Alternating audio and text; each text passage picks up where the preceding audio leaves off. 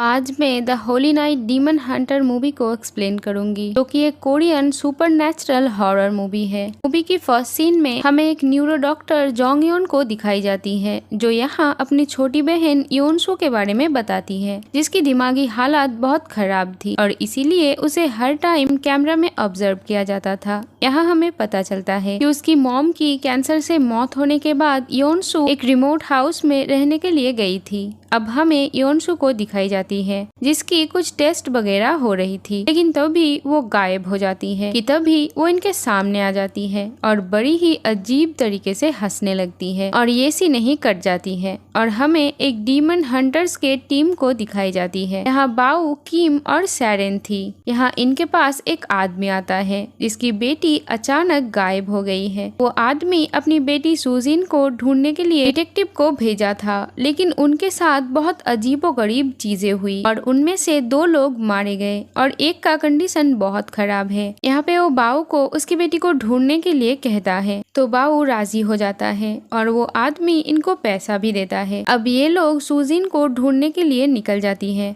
इधर न्यूज में बताया जाता है कि सोल सिटी में मर्डर्स बढ़ते जा रहे हैं, जो एक ग्रुप के लोग कर रहे थे। तभी हम सीसीटीवी फुटेज में एक आदमी को देखते हैं जिसकी आंखें डिमोनिक थी। यहाँ चर्च के फादर मार्क को कहता है कि ये सब किसी कल्ट ग्रुप का काम है। इधर हम होली नाइट्स ग्रुप को देखते हैं, जो एक जगह पे जाते हैं जहाँ एक लड़की बाऊ को उस कल्ट के बारे में बताती है, जो लोग एक हॉल के अंदर रिचुअल कर रहे थे और ये लोग सुजीन के ऊपर ही रिचुअल कर रहे थे। बाऊ अंदर जाके सभी से फाइट करता है और किम इन सब की वीडियो बनाता है और सैरेन सुजीन पर एक्सॉर्सिज्म करती है, जो डीमन से पजेस थी। तभी किम देखता है कि उन कल्ट के लोगों के कानों के पीछे एक सिंबल बना हुआ है। अब हमें जोंगयोन को दिखाई जाती है। यहाँ फादर मार्को भी होते हैं, जो कि एक डॉक्टर भी थे। अब जोंगवन अपनी बहन को देखने जाती है। इधर बाऊ को किम उस ग्रुप के टैटू के बारे में बताता है। अब ये लोग अपने ऑफिस में जाते हैं, जहाँ जोंगयोन आई हुई थी उनसे हेल्प मांगने के लिए। बाऊ यहाँ फादर मार्को की नाम सुनकर उसकी हेल्प करने से मना कर देता है। फादर मार्को ने ही जोंगवन को यहाँ भेजा था। जोंगवन उन्हें पैसे देती है, लेकिन बाऊ पैसा नहीं लेता और वहाँ से चला जाता है।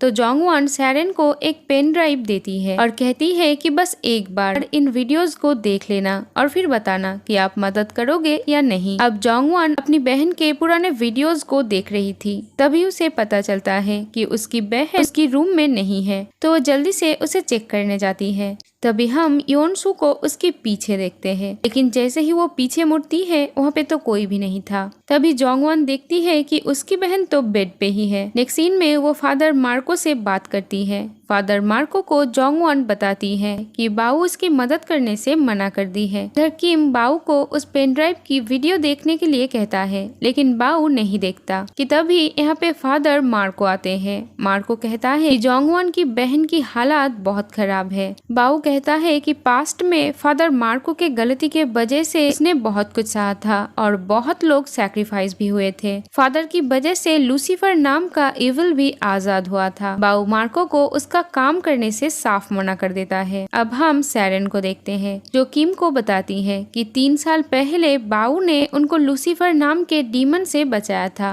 वो कहती है कि हमें योनसू की हेल्प करनी चाहिए। इधर बाऊ थोड़ा सोचने के बाद डिसाइड करता है कि वो योनसू की हेल्प करेगा और अब वो उन वीडियोस को देखता है, जहाँ एक वीडियो के अंदर 2 वर्कर घर के अंदर जाते हैं और बहुत टाइम बाद बाहर आते हैं, जिनके कान के पीछे वही निशान मौजूद था। इधर मार्को जोंगवन को पास्ट की बातें बताता है कि बाऊ उनके साथ एक ऑर्फनेज में पला बड़ा था और वहाँ पे जोसेफ नाम का एक बच्चा भी हुआ करता था। बचपन से ही बाऊ के अंदर शक्तियाँ थी और जोसेफ के अंदर डीमंस को लोगों के अंदर से निकालने की शक्तियाँ थी। बाऊ और जोसेफ दोनों बहुत अच्छे दोस्त थे। बाऊ जोसेफ की काफी फिक्र किया करता था। जोसेफ एक एक्सॉर्सिस्ट बनना चाहता था, लेकिन बाऊ ऑर्फनेज छोड़कर अंडरवर्ल्ड के साथ काम करने करने लगा, जिन पैसे को वो ऑर्फनेज में दे दिया करता था। लेकिन 15 साल पहले जोसेफ ने एक डीमन को समन किया था, जिस वजह से सिस्टर एंजेला और बाकी बच्चे मारे गए थे। सबको लगा था बाऊ भी मर चुका है, लेकिन वो जिंदा था। लेकिन उस हादसे के बाद से बाऊ के अंदर बदले की आग जलने लगी। वो अब जोसेफ से बदला लेना चाहता था। उस समय जोसेफ लोगों की जिंदगी को एब्जॉर्ब करके अपनी पावर बढ़ा रहा था। मार्को अगर चाहता तो जोसेफ को रोक सकता था, लेकिन उसने कुछ नहीं किया और इसी वजह से बाऊ उससे नफरत करता था।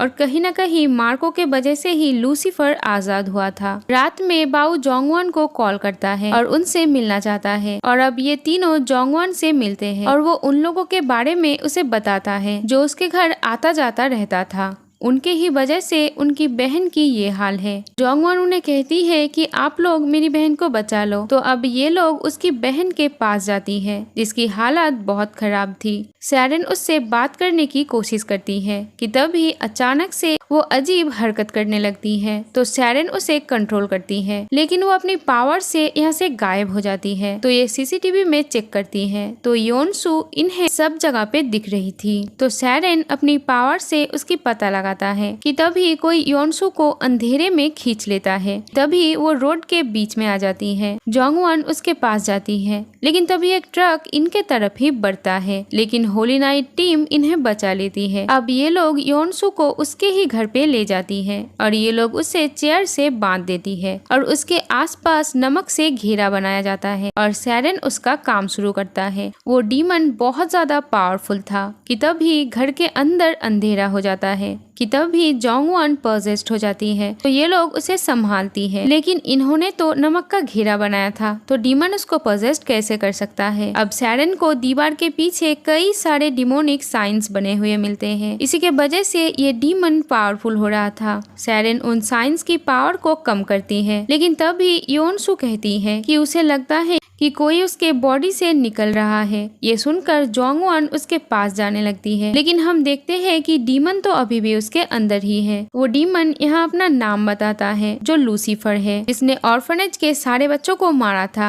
वो बाऊ को कहता है, अगर तुम मेरा कहना मानो तो मैं तुम्हें इमॉर्टल कर दूंगा। तभी हम देखते हैं बाऊ डीमन के पोजेशन में आके सैरन का ही गला दबा रहा था। डीमन अब अपने पावर से यहाँ के सारे चीजों को जमा देता है। तभी हम सैरन को डीमन की दुनिया में देखते हैं। वो सैरन को बताता है कि योनसू उसके साथ बहुत ही आराम से है। कुछ टाइम बाद सैरन फिर से असली दुनिया में आ जाती है और सैरन फिर से योनसू से डीमन का नाम पूछता है, क्योंकि पहले उसने जो नाम बताया था वो झूठ था। तभी डीमन यहाँ नाटक करके अपनी बहन को बुलाती है और इसी बीच नमक का वो सर्कल टूट जाती है और इससे डीमन आजाद हो जाता है और यहाँ से गायब हो जाता है। यहाँ जोंगयन को याद आती है कि जिनसे उसने ये घर खरीदा था उसने कहा था कि इस घर के बेसमेंट में कुछ चीजें हैं और जिनसे उसने ये घर खरीदा था उनके गले में भी वही कल्ट वाले निशान थे। ये सुनकर बाऊ बेसमेंट में जाता है और इधर योनसू इन्हें ड्राइंग रूम में नजर आती है। इधर बाऊ देखता है बेसमेंट में कल्ट के बहुत सारे मेंबर्स थे जो रिचुअल कर रहे थे। बाऊ इन लोगों से फाइट करता है और यहाँ इनका लीडर आता है जो बाऊ को पोजेस्ड करने लगता है, लेकिन बाऊ अपने आप को होश में लाता है और इन सभी को खत्म कर देता है। इधर सैरन को उस डीमन का नाम पता चल जाता है और वो दोबारा एक्सॉर्सिज्म शुरू करती है और अब वो डीमन की नाम लेकर एक्सॉर्सिज्म करता है, जिससे वो कमजोर हो जाता है और यहाँ एक पोर्टल ओपन हो जाता है जिसके अंदर योनसू को खींचने लगता है। बाऊ उसको रस्सी से बांध देती है। डीमन उनको बहुत तकलीफ देता है, लेकिन सैरन उस पोर्टल से योनसू को निकाल लेती है और बाऊ उसे बंद कर देता है और अब सब कुछ ठीक हो जाती है। और अब हमें कुछ टाइम बाद का सीन दिखाया जाता है जहाँ बाऊ अपना एक ऑर्फनेज खोलता है और अब वो एक ऐसे मीटिंग में जाता है, हाँ उसी कल्ट के मेंबर्स थे। और इसी के साथ ये मूवी यहीं पर खत्म हो जाती है। Thank you for watching, bye bye.